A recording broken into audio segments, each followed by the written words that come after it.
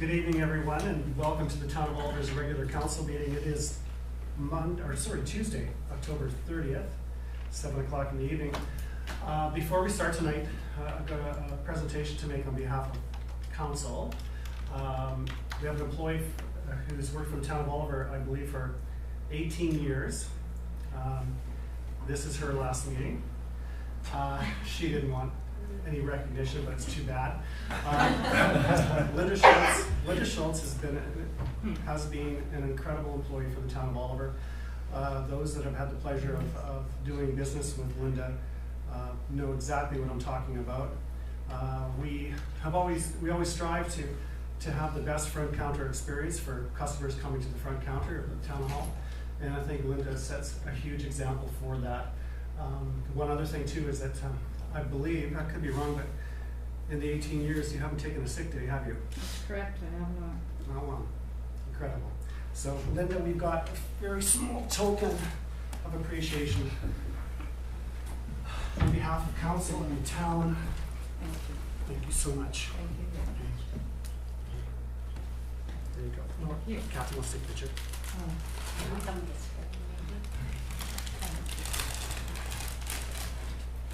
Oops, sorry. Thank you. Thank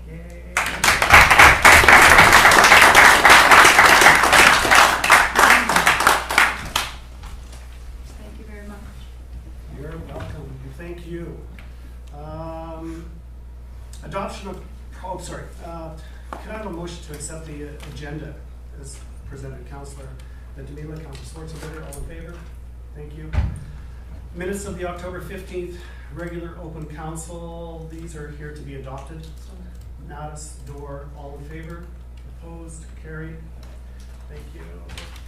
We got the minutes of the October 15th committee of the whole meeting to be received. Councillor Schwarzenberger and Demila. Any errors or omissions? Hearing none, all those in favor? Opposed? Carried. Water matters. We've got the Q3 financial analysis. Our CFO, Mr. Wanup.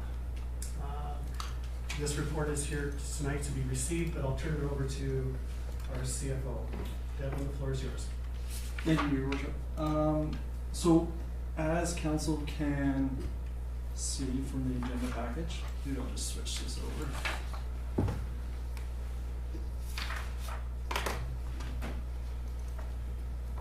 There's a number of,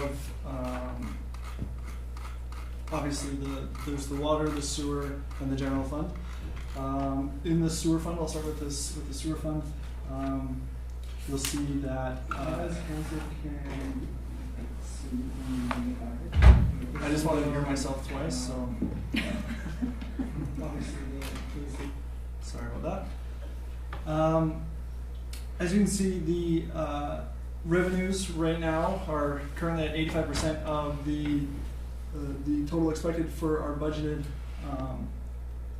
factors, which is right in line with what we anticipate for this quarter, just due to some of the collections that we'll see over the next this next quarter when we have our sewer user fees and some of the sewer consumption that will be on the last bill for Q4.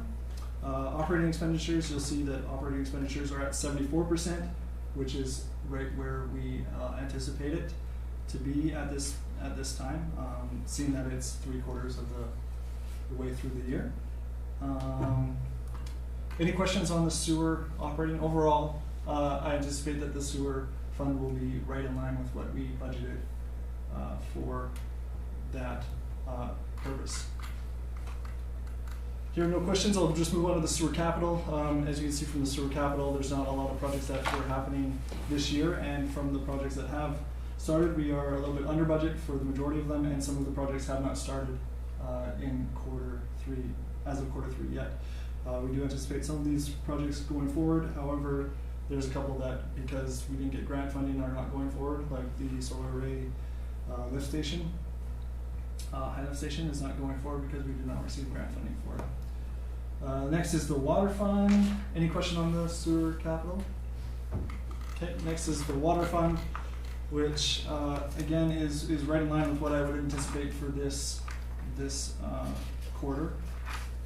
Some of the revenue that are a little bit lower, like this total revenue from own sources, what that is, the majority of the deficiency there is interest. That is a year-end adjustment that we'll put towards the sewer fund at the end of the year. So that will be, again, on par, if not over, for the anticipated revenue factors there. Sale of service, you'll see that that's at 84%. Seeing that Q3 is our large consumption quarter for our usage for both the irrigation and for domestic services. That is a good number to be a little bit higher than 75% because the usage and the consumption decreases quite significantly in Q4. So again, total operating revenues for the water is at 86%, which is good, and the total operating expenditures for water is at 71%, which is below the anticipated 75%, which again is good for our budgeting factors. Any questions on water operations? Councilor Yes, Sheldon? just on that point, that means our surplus will be higher. It goes into the water capital reserve account, correct? That's correct. You're Yes. anticipating a higher reserve. Yes. So that would be a good discussion for budget time. Correct. Water capital. Water capital, there's a variety of different projects that have happened throughout the year. As you can see here, the approved budget and the year-to-date costs. So some of the projects have been underway, some of the projects have been completed, and I anticipate none of those will go over budget. Councilor Mattis? Thank you, Your Worship. Mr. Watt, will all these projects be finished this year? Is that, or some of them being carried over? Some of them will need to be List? carried, yeah, some of them will need to be carried forward for sure. Is there any idea which ones will be carried forward?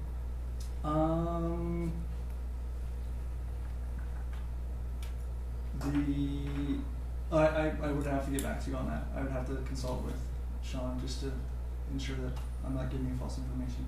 That's fine. But yeah, I would anticipate that the majority are going to be completed this year. Okay, so going into general.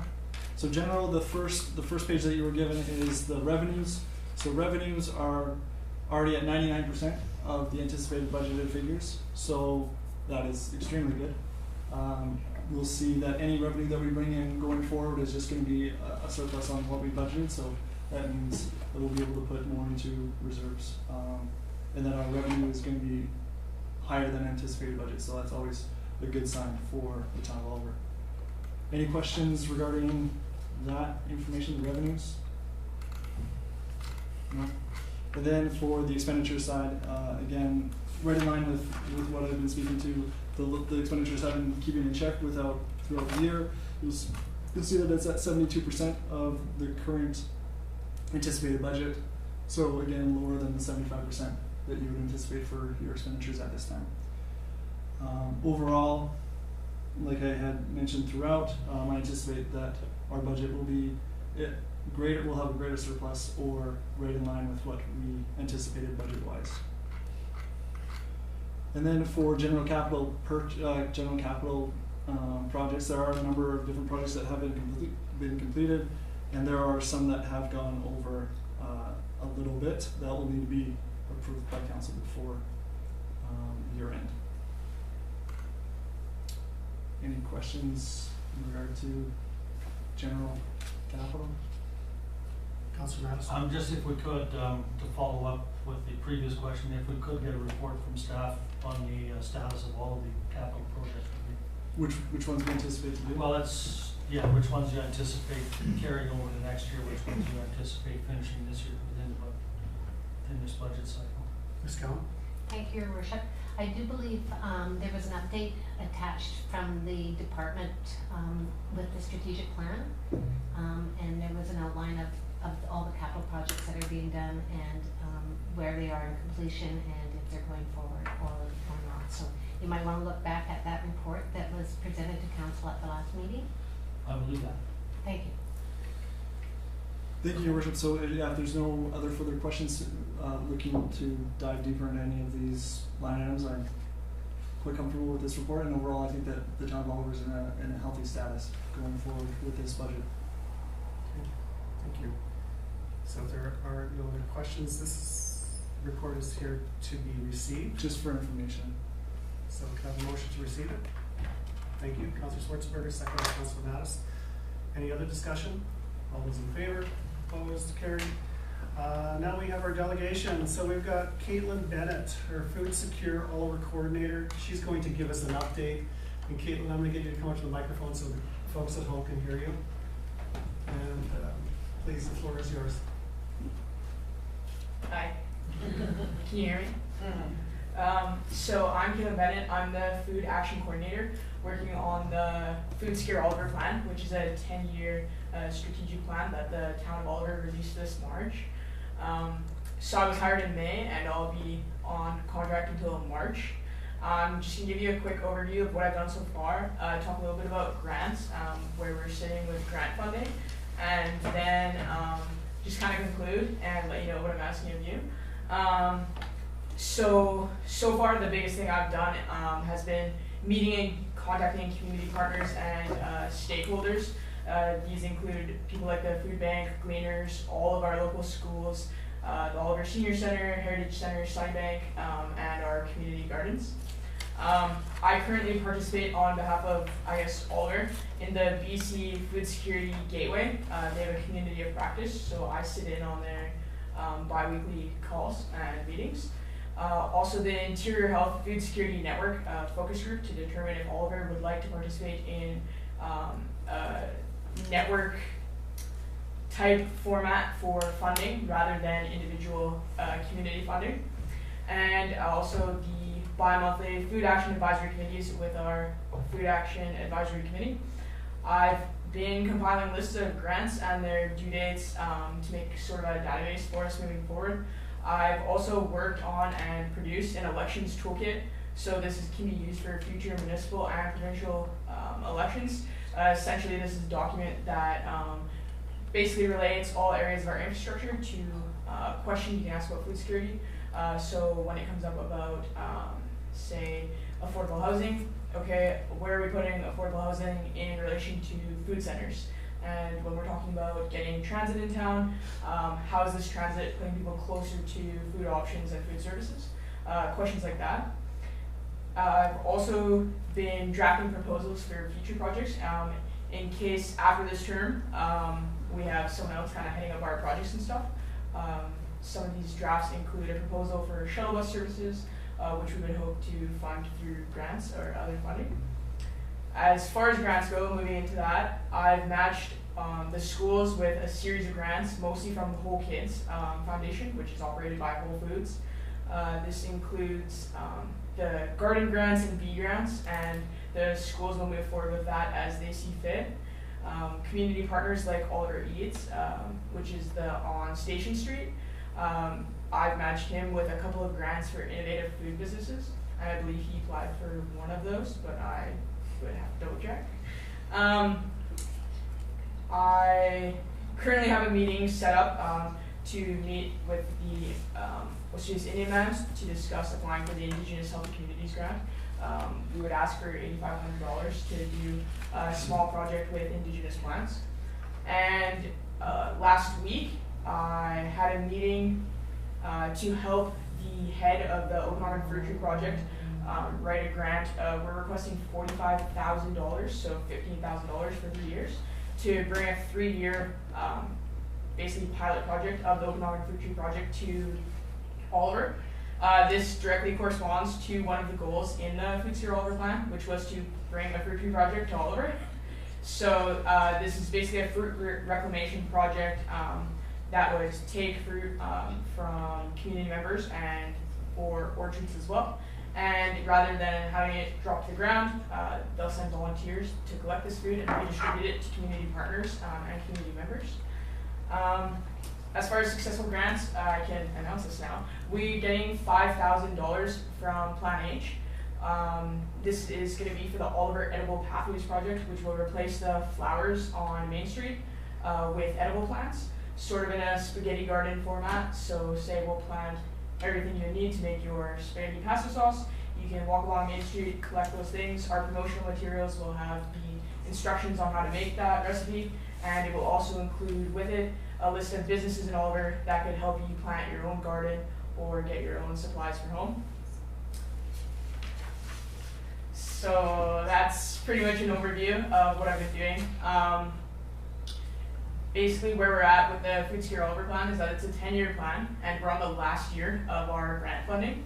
So this third out of 3 years was to bring a coordinator in. Hello. And moving forward, grants are a short-term solution, but we do need somebody to write them, carry them out, and then write all the follow-up documents. The food action plan coincides with the downtown Oliver revitalization plan, which is also a long-term plan for our local infrastructure. So we do need continued funding. Essentially, we need a coordinator in the first 3 years to manage our community partnerships, relationships, and infrastructure building. So currently, the town of Oliver this year provided $15,000 to the Community Food Action Initiatives Fund. I guess I'm requesting that we do it again. Essentially, we need some sort of base funding to provide for a staffer to come run projects that are already launching, maintain the relationships, keep some degree of consistency, and sit on these different, basically like boards, committees, and other things to represent the town of Oliver.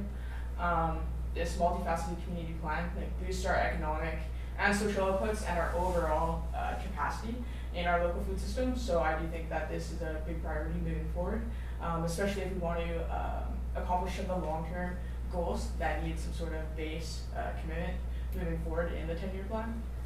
And that's everything. Thank you, Caitlin. Does anybody have any questions? I'm going to ask council. Any questions or comments to Caitlin? Well, I don't have any questions, but I would say thank you for your presentation. It's been Councillor Schwarzenberger, and then I almost called you Councillor Schwarzenegger, I'm not sure. Both sit on the Food Action Advisory Committee. It's been great having Caitlin working with us for the last almost year now.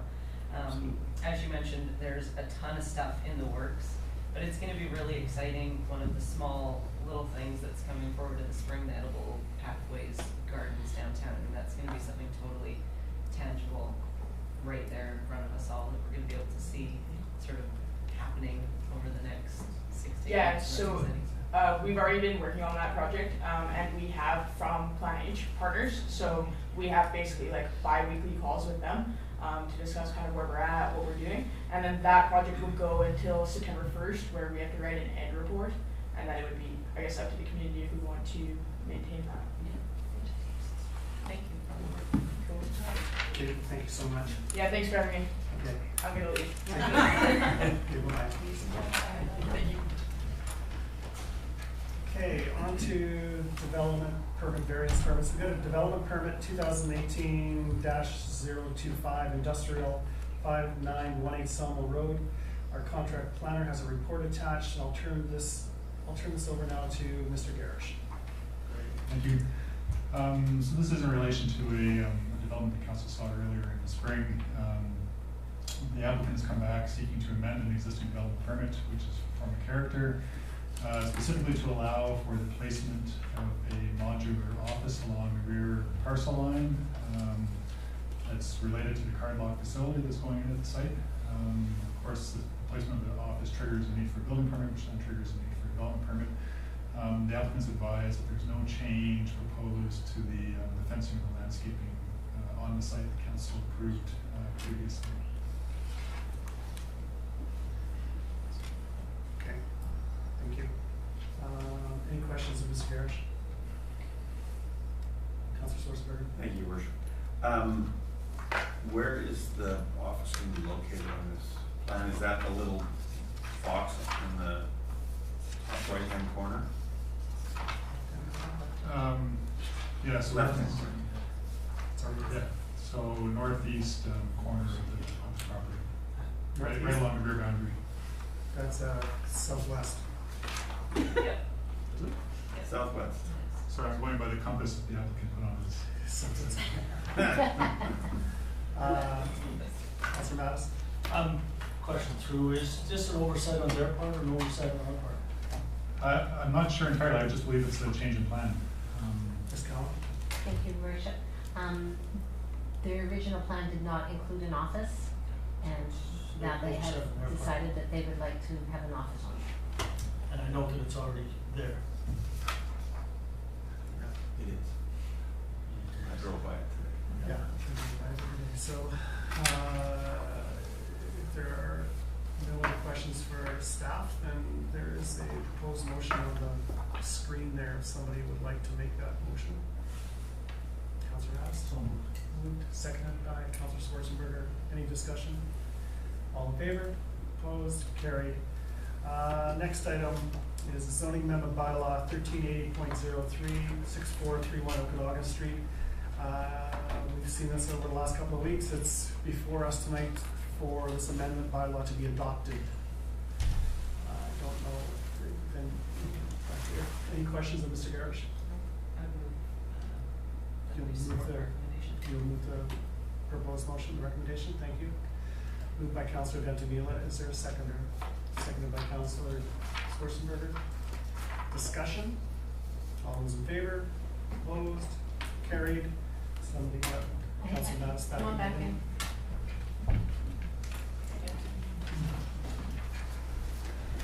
Travel and expense bylaw 1330.01 for first, second, and third reading.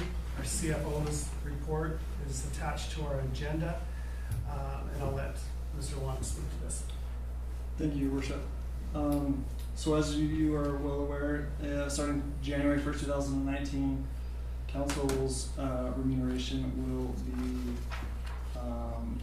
no longer be given the 1/3 tax-free allowance that they were awarded before.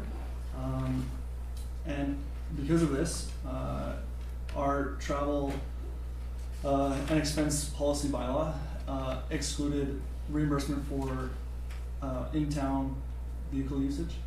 And what I'm amending or proposing that because you're no longer getting that 1/3 exemption, that the travel within town boundaries be included with for reimbursement for council expenses. Ms. Cowan? Thank you, Your Worship. Just to follow up on the CFO's comments, the 1/3 of your salary that was non-taxable, that is, or your remuneration that was non-taxable, was used to provide for your expenses for in-town. But now that it is no longer being provided, that now that it's going to be taxed, those expenses can now go through the regular channel of your mileage when you're doing business inside the boundaries of the town. Yeah, so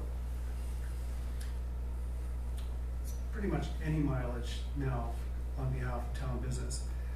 Because I mean, the town's only 3 kilometers by 3 kilometers, but I mean, if you're attending an event where you're expected to attend on OIV land or Road 18 or Road whatever, you can bill for that mileage. Yes. I think most of us have never billed if we've gone to a CS on business.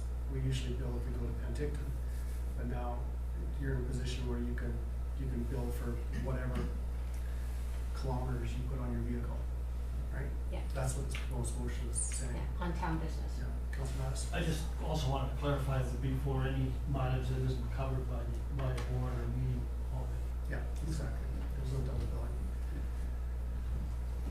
I move the recommendation. Thank you. Councilor Ventimiglia moves the recommendation. Is there a seconder? Second by Councilor Schwarzenberger. Any discussion? Hearing none. All those in favor? Opposed? Carried. Next item is a notice of motion. So this came forward, a notice of motion by Councilor Mattis that staff be directed to create or amend council policy to ensure that all budgets for joint services with the RUS or other organizations be presented to council at a regular or committee of the whole meeting for discussion, change if necessary, and approval prior to submission to or adoption of said budgets by the RUS or other organizations. Councilor Mattis, you start this conversation. I would be happy to, Worship. It just came about because we have several budgets that we share with the regional district and the regional library and that sort of a thing. And it was just to make sure that those budgets come before council because they involve taxation of the older citizens. And it was felt that this council as a whole should have an opportunity to speak to those budgets before they are adopted by the other organizations. It's not that we're trying to control the whole RUS budget or the whole regional library budget or the any of the other budgets, but it's just so that council is aware and has an opportunity to speak to those budgets before they're presented. Myself, for example, one of the joint services we have is the Frank Venables Auditorium. I don't know when the last time that budget came before council, and yet we pay half the bill. The town of Oliver pays half the bill. So it's just a situation where we was felt that council as a whole should have an opportunity to look at those budgets.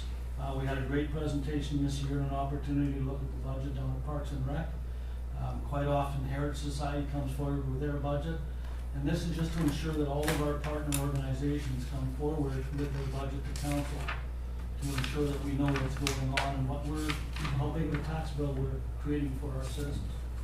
Okay.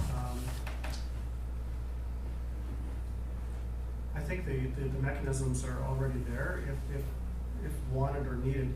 The RDOS budget is not adopted until March of next year, so you know all the draft budgets are online. They're all provided, and I think if the Frank Venables one is the only one that hasn't been seen, and it's just a request to the society, and I know that they would be forthcoming. I really don't see that there needs to be a policy change to allow council to look at these budgets, because I think they're readily available as we speak. I totally understand that. This is just make sure that council sees them. Not that we're changing them or setting them, it's just that it guarantees that council will see them. We shouldn't have to ask for them. I think that, yeah, but I just don't think just my thoughts, especially, and also this being a policy change, and this being the last meeting of this present council and of this term, I don't feel comfortable making a policy change at this late hour in the game for something that I still believe that if people want to make themselves aware of the budgets that are out there, the draft budgets, the Theater Society, like all of the others, unless they're bound by the same business practice, the same charter that we have, is, you know, they're open budgets. When does council get an opportunity to review those budgets and to change them if necessary? I think all they have to do is ask, you know, and shouldn't have to ask. yeah. Councillor Antonio. I quite like the idea of having the opportunity to be aware of what's going on ahead of time. And is the theater budget the only one that we don't regularly see? Because we do see Heritage, we have the opportunity, anybody has the opportunity to go to Parks and Rec if they want. What other joint services would we have that we don't Fire, see? we see fire. Yeah, we see fire as part of the normal, so it just guarantees that we will see the budgets. Most of the organizations are already on board with doing it, and it just says to all the organizations that they will be on board. If they want funding from us, that they will share with council, with all of council, not at the RUS or here or there, but all of council will have an opportunity. Councillor Schwarzenberger. Oh, I was just gonna. Sorry, go ahead. So quite done. No, the only thing I was gonna say is that I do like the idea of seeing kind of what's going on, having a heads up about what's going on ahead of time. Maybe being able to provide our rural director with some of our thoughts before they, you know, head to their regional district meeting. But providing approval prior to submission, I don't think is actually something that we can do, because whoever the regional director is, when they're sitting here, they're part of our council, but when they're sitting at the regional district, and we just heard this, a few of us attended a orientation seminar yesterday. When they're sitting at the regional district, they're a regional director with the regional scope being the principal. And I think it's full understanding that under the regional district board, even if the director of the municipality or even the rural area, if they get advice from their constituents, but if the director gets advice from their council to go to the board, they have free reign at that board table to hear any other additional information, make decisions independently at that board table. They're representing the board. Yeah. I agree with you. Councilor Schwarzenberger. Thank you, Worship. That was my point too. I think it's great to see these things in advance. I think that's very, very healthy. We want to see what, the municipal taxes makes up 30 to 35% of the total tax budget. So it's always good to see what the other partners are doing and what kind of burden they may or may not be putting on our tax base. The only thing that struck me was the approval part where, like councilors or the mayor who sit at this table, directors at the other table must be able to be open to persuasion and make whatever decisions they see fit after hearing all the discussion at that table. So I think recommendations, absolutely, but strict approval, I don't agree with that. Well, this is a proposal to have them draft a policy. Once the policy is drafted, we can certainly hash out as a council how that policy will read and what it would include. This is just to give staff direction to start the process. Okay. And again, I think without having the newly elected body here, just hate to change the game for them in the 11th hour or suggest that the game should be changed. I think it should be there probably should be a discussion with the new council, just to my mind. When the policy comes back to Discount. us, that would be the opportunity. Thank you, Your Worship. With respect to a notice of motion in the procedures bylaw for council, it indicates that a copy of the motion presented at this meeting shall appear in the minutes of the meeting as a notice of motion, and the corporate officer shall place the motion on the agenda of the next council meeting. Okay. Or other future meeting designated by the member bringing forward the notice of motion for consideration. So this just is a notice of motion, so there's, Yeah. goes forward to the next meeting. Suits me fine. Do we need to accept this notice of motion? No? Okay. It's there, and it'll be part of the minutes. Okay, perfect. Any other comments on this? Then I'll move forward. On to correspondence. Correspondence, we've got replies sent under existing policies. We received a letter from Minister Selena Robinson regarding our UBCM meetings. Corresponds data from the RCMP regarding all of our RCMP staffing resources. That was a letter from Brenda Butterworth. And also correspondence from Mike Farnworth, Minister Farnworth, in regard to our meeting at the UBCM. And they're closely looking at our request and the business case that was approved by E-Division and then handed over to Minister Farnworth's office to provide 2 new officers. I would suggest this is something that the next council should keep hammering on, especially leading up to the next census, and whoever is going to the RUS to make sure that crime stats are separated, rural and urban, and corrections and urban, so that when the town does go over 5,000, that it's only paying for the services that the town, the municipality needs, and not being burdened with everything else. So I think that's an ongoing battle, and I wish everybody luck on that one. Seriously, I do. For information only, correspondence, there's a bunch of stuff for information only. Is there any action required of those 3 letters? No, so, and all of the other information in the council reading file is here for receipt, please. Receipt. Thank you. Seconder? Councilor Dorr. All in favor? Opposed? Carried. And then we're on to reports. So we're starting off with Councilor Schwarzenberger tonight. Thank you, Your Worship. I attended all my required meetings. And I'd just like to say a little bit about the 3 retiring members for tonight. I've had the pleasure of working with Andre, Mo, and Ron for the entire 5 years that I've been on council. Doesn't seem that long, but it goes by fast. And I've certainly learned a lot from each of them individually, and as part of this council group, which I believe was a really good group, and we really worked well together. I can say without hesitation that they all contributed to the betterment of our community during this time on council. And I consider them my friends, and I really wish them the very best in the next chapter of their lives. Thank you. Councillor Ventimiglia.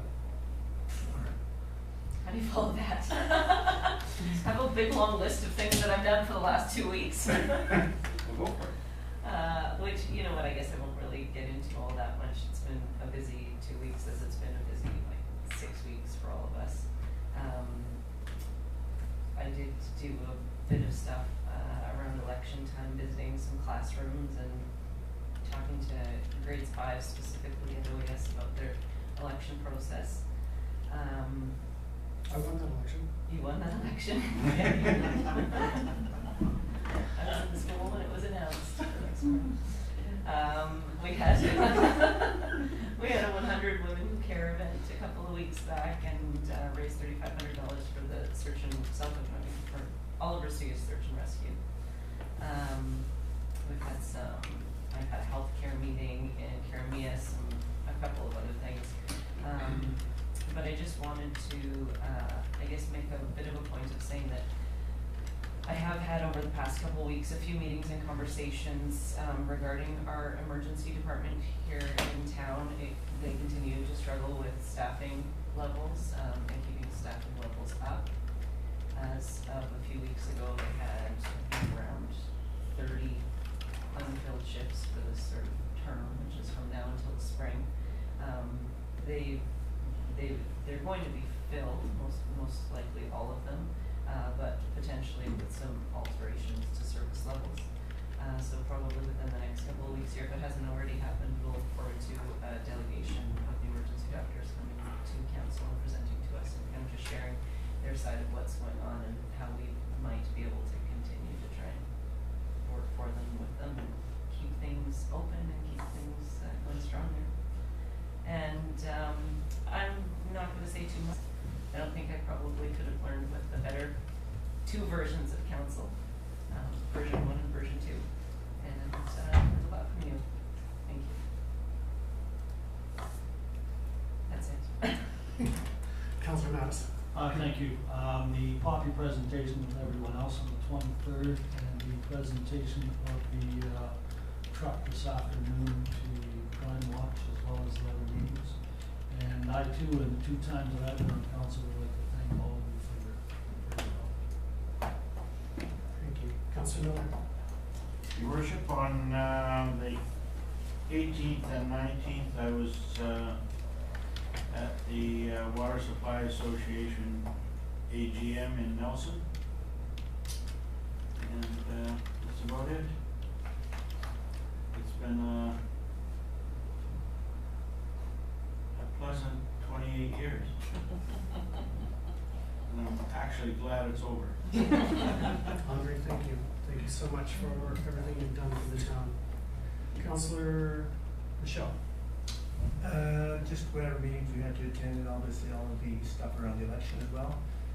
Just want to say as well, I wish all the members that aren't here all the best in their future endeavors. I want to especially thank Andre for serving for so long, and you know, he's really my partner.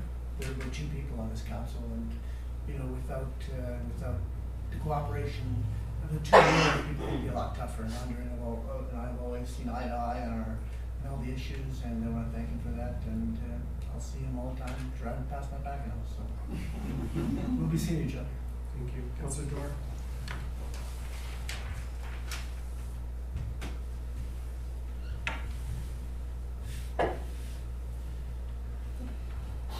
I'm not sure I can do.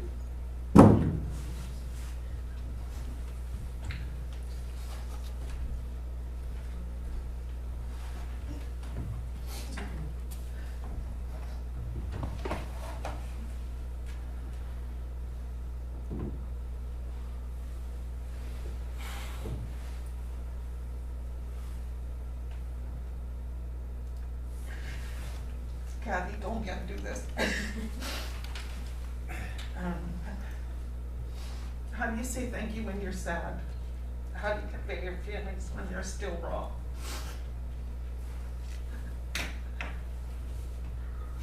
I've had the privilege to sit at this table for the last 7 years. To say it's been fun would be an understatement. It has also been full of challenges, ups and downs, accomplishments and setbacks. Not all decisions made at this table will be to everyone's liking. But this table is not a popularity contest. Being at this table is to work for the betterment of the whole community. And some decisions are harder to make than others, knowing that it will alienate some of the citizens. Over the last 7 years, I believe that the decisions made around this table have been for the benefit of the community going forward. I stand behind all of what we have accomplished. I am a person who speaks her mind, which can be thought of as a fault to some, but I was raised to never simply go with the flow and say what you think people want to hear. I'm not a person about fluff and pretty. I am a let's get down to work kind of person. When I was elected, I took the responsibility very seriously and knew that we had a lot of work to do. Our infrastructure is and will always be the most important job at this table.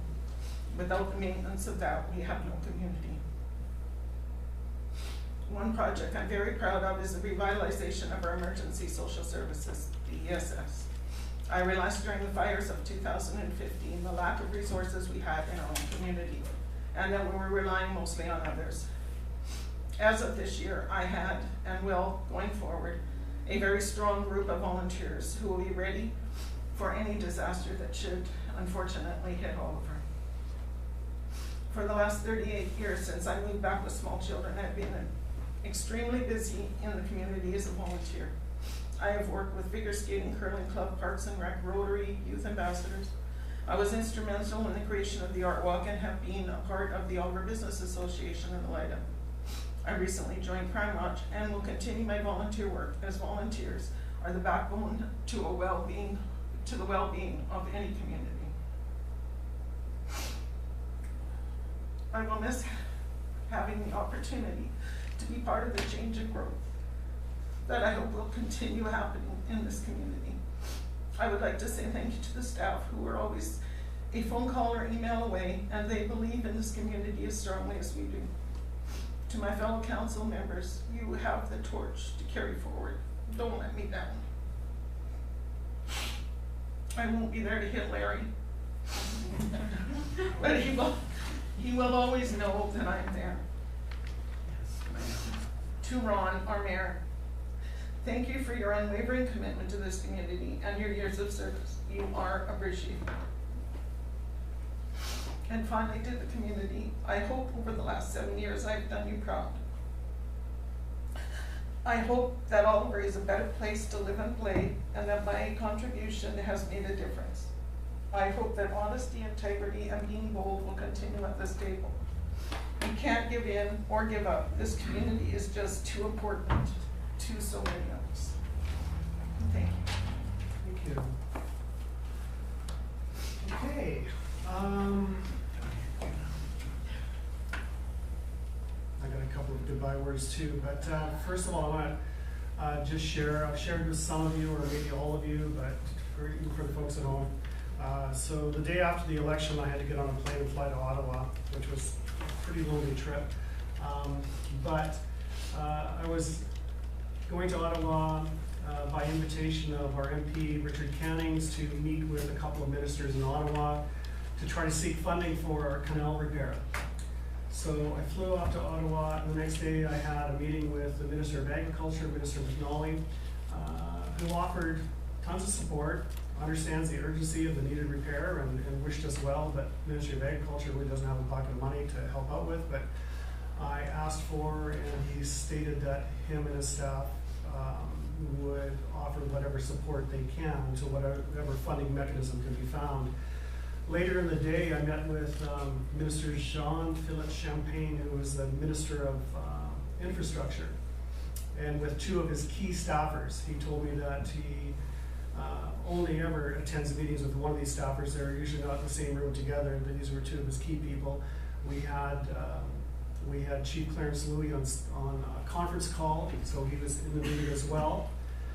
And I really stressed the urgency, what took place, the temporary repair, the fact that we're at we've lost a third of our water supply because of the temporary repair and the shrinkage of the siphon of that area. What would happen if we lost a crop? What would happen if we lost rootstock? Went way beyond, saying to them that this is beyond agriculture. This is employment. This is tourism. This is the South Okanagan. This is, and I really with Clarence, Chief Clarence on the phone, I said to the chief, I said, correct me if I'm wrong, but I believe your first business on the reservation was the A&K Vineyards, and he said yes. And I said to the minister that for our First Nations neighbors here and partners, this water supply is critical. It's their vineyard. They have the Inconneat Winery, which is the first Aboriginal winery in North America. They have the first Indigenous winemaker in North America. Both, they won Winery of the Year a couple of years ago.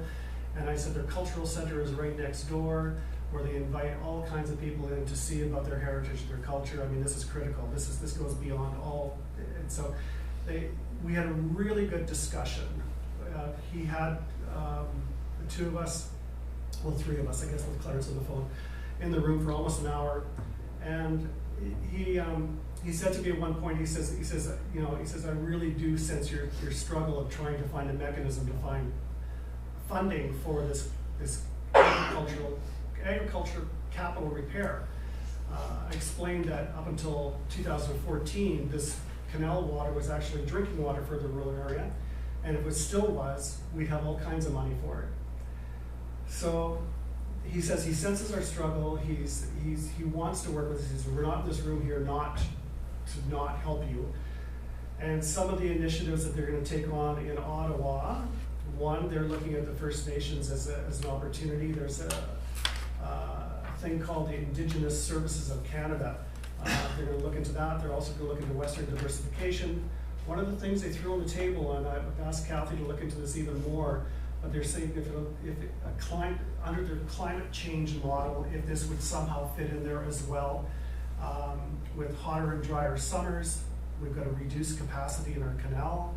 We're going to need more water. The one thing that was a big one for them is that we have been approved to put in a full application to the Disaster Relief and Adaptation Fund. That was a big one for them. They said that the siphon repair would fall into this category. That's big. The thing is, though, is that this grant funding is for projects that are $20 million and more. So they have asked us as a community to look at two things. One is to increase, is there a way we can increase the scope of the project? And I said, well, I also gave them a copy of our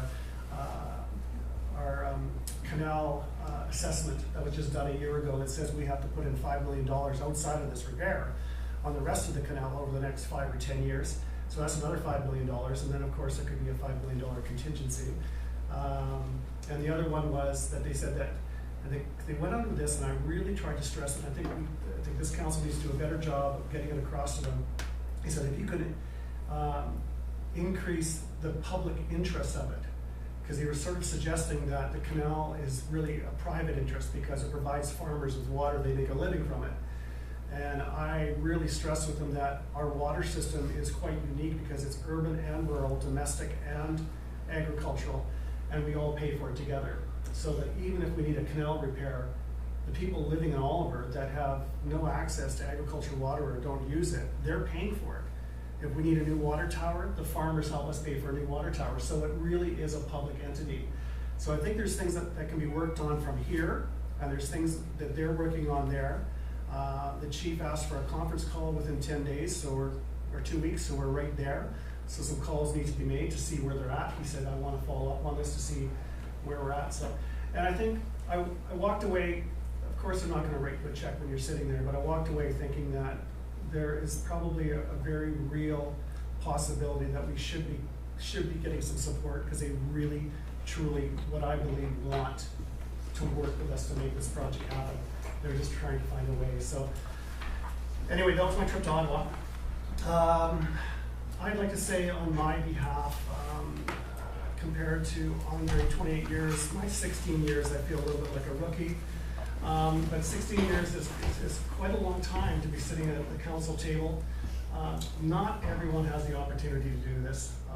I'd really like to thank the citizens of Oliver for giving me that opportunity with 16 years. It has been very special. I want to thank the staff. I want to thank every council I've worked with over the years, 5 different councils. I think it's been mentioned a couple times here, but nobody goes on to a small town council, or I believe any council, without the intent of hopefully leaving your community in a little better place than when you found it, or when you took over.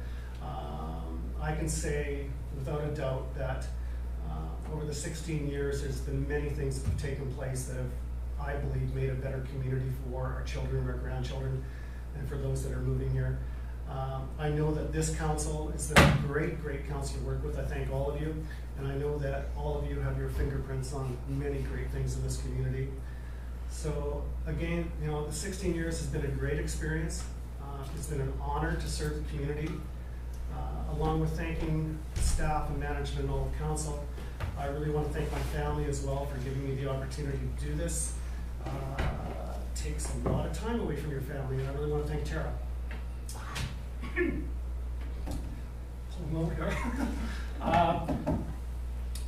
People in this town know that Tara has given as much of her time to this community as I have, and thank you very much. And I couldn't have done it without you. Upcoming meetings. November 5th is the inaugural meeting. They're swearing in of the new council. I wish them well. I know you guys will. You know what? For those of us that are leaving, we're handing over something pretty special. So don't screw it up. I'll be watching. You'll do well. I know you will. November 13th, Committee of the Whole regular meeting, and then November 26th. And that's it for me, and that's it for this council meeting. It's public question period. If there's any questions from the public, hearing none, I will entertain a motion to adjourn. Moved by Councillor Dorr, seconded by Councillor Mattis. All in favor? We're adjourned. Good night, everyone.